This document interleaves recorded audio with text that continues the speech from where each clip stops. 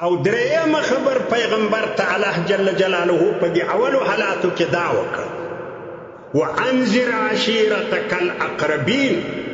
ای پیغمبره نږدې قریبان دې وبېروه. دغه آیات چې نازل سي تر دغه وخته پورې ډېر خلک لا د نبي علیه صلات وسلام په دې پیغام نبوت خبر نه. بیا پیغمبر علیه صلات وسلام یوه جلسه جوړوي. په هغه جلسه کې نبي علیه صلات وسلام وایي چې یا بني فلان په خپله د الله له عذابه ځان خلاصوئ، زه هېڅ نشم درکولی.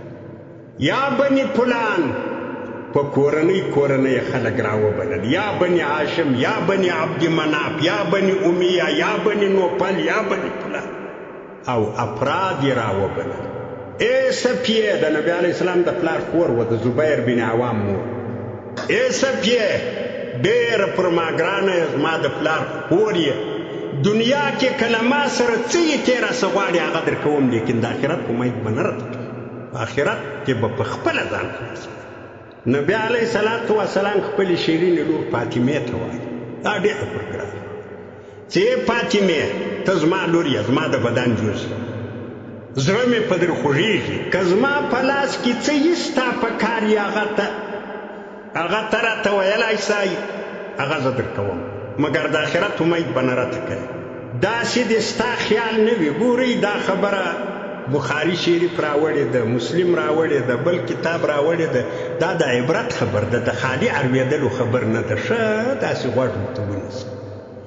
د پیغمبر غوندې هستی بعد از خدا بزرگی توی قصه مختصر له الله را لاندې داسې هستي نشته لکه پیغمبر. دا و خپلې لور ته وایي چې ګوره فاطمې د آخرت امید به ماته نه کوي چې زه د پیغمبر لور یم، دا یو ما خو به جنت ته ورسره بوځي، دا امید به نه کوي. خپل عمل به جنت ته، دوزخ دغه آخرت ته وړې، په خپل عمل به جنت ته ځې، ماته به امید نه کوي. ګوره دا د پیغمبر لور ده. موږ تاسې کې بعضې کیسې مشهورې، پلاني دی ویل، پلاني ولدی ده، پلاني ولدی ده، داسې کیسې. حقایق ځان ته معلوم کوي. حقیقت دا ده چې د الله پیغمبر خپلې ګرانې لور ته وایي چې ماته به امید نه کوي. په مکه مدینه منوره کې یو وخت نبي علیه صلات وسلام د شپې راپورته شو. بیا یې وویل، چاته وویل چې ورسه دا زما کور کې بیبیګانې چې دي دا راویښې تعلیم الاسلام ورب کاسیات فی دنیا عاریات فی الاخرة. دا راویښې که چې اودسونه وکړي، لمونځونه وکړي، الله ته زارۍ وکړي، الله ته عجز وکړي. د دوی خو خیال دا د بېغمه بیدي دي چې زه خیر د پیغمبر بیبي بیانو یو، دا خپله بیبي خو به نو ورسره بوځي جنت. دا خیال دې نه کوي. ډېر وختونه داسې ښځې وي چې په دنیا کې په عزت پټې وي، وایي دا د پلاني مېرمن ده، په آخرت کې له نیکو اعمالو لڅې وي، هغه بیا دوزخ ته. الله جل جلاله د اولې سپارې اخرنی آیات قرآن کریم کې الله جل جلاله وایي تلک امة قد خلت لها ما کسبت ولکم ما کسبتم. کم نیکان چې مخکې تللي دي هغه تللي دي، خپل عمل یې له ځانه سره وي. د هغو دپاره خپل عمل ده، ستا دپاره خپل ده، ته به د بل په عمل نه ناخېږي. نو چې کله پیغمبر علیه صلات وسلام دغه خبره خلکو ته وکړه چې خپل ځانونه په خپله خلاصوي، او ځانونه چې تاسې خلاصوي دا کم عقیده چې له تاسې سره ستا چې د شرکو د پرستۍ د تردي به تېرېږي، یو الله به منئ، قل هو الله احد، الله یو. او کم اخلاق چې له تاسې سره ستا تکبر و عناد و تعصب تردي به تېرېږي، محبت و ورورګلوي و حیا و شرم و دا به په ځان کې پیدا کوي. او کم اعمال چې ستاسې دي چې غلا ده، زنا ده، بدکاري ده، دا به پرېږدئ، لمونځ به کوئ، اودس به کوئ. دا خبر چې نبي علیه صلات وسلام دې خلکو ته وکړه. نبي علیه صلات وسلام تر دغه وخته محبوب، داسې محبوب و، جلسه یې جوړه کړه، ټول د مکې خلک راغلل ورته، که به څوک ډېر سپین ږیری و نه به سای راتلی، هغه به له کوره یې والک راولېږئ چې ته ولاړ شه، دا خبره خو وایي محمد صلی الله علیه وسلم. دا یې کوي چې دا څه کیسه.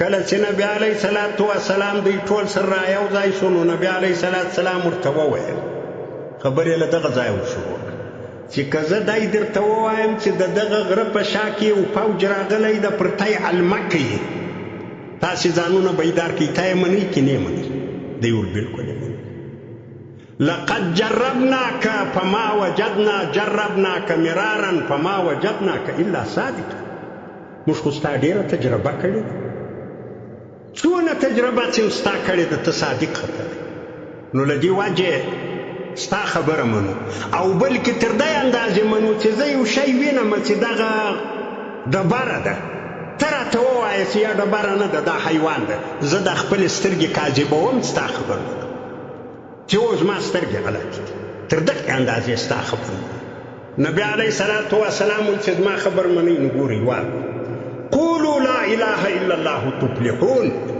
دا یې ووایه چې الله یو د شریک نه لري دا د کامیابۍ لاره ده له دغه ځایه عداوت شروع شو ټول هر څه د نبي علیه الصلاة والسلام محبت واسطه هغه ختم ولې د چا پر عقیده باندې چې هر څو غلطۍ چې رد ور وکړي ذاتي دښمني جوړېږي الا ماشاء الله یو سړي ته الله هدایت کړی ابو بکر صدیق رضی الله عنه ته نبی علیه الصلاة والسلام ویل چې ما ته خو الله دا پیغام را کړی دی چې الله یو د شریک نه لري هغه ویل بالکل سل په سل کې زما یقین ده بس دغه خبر خپل کاکا ابي لهب ته چې یې وویل هغه ویل تبا لك لهذا دعوتنا ولاړ شئ غوسه یې وکړه د دغه کار دپاره دې موږ رابللي تا په ما کې دغه کیسه راوړه چې الله یو د شریک نه لري ځینې ولاړ عداوت شروع شي دشمنی شروع شي د نبی علیه الصلاة والسلام محبت د خلکو له زړه ووت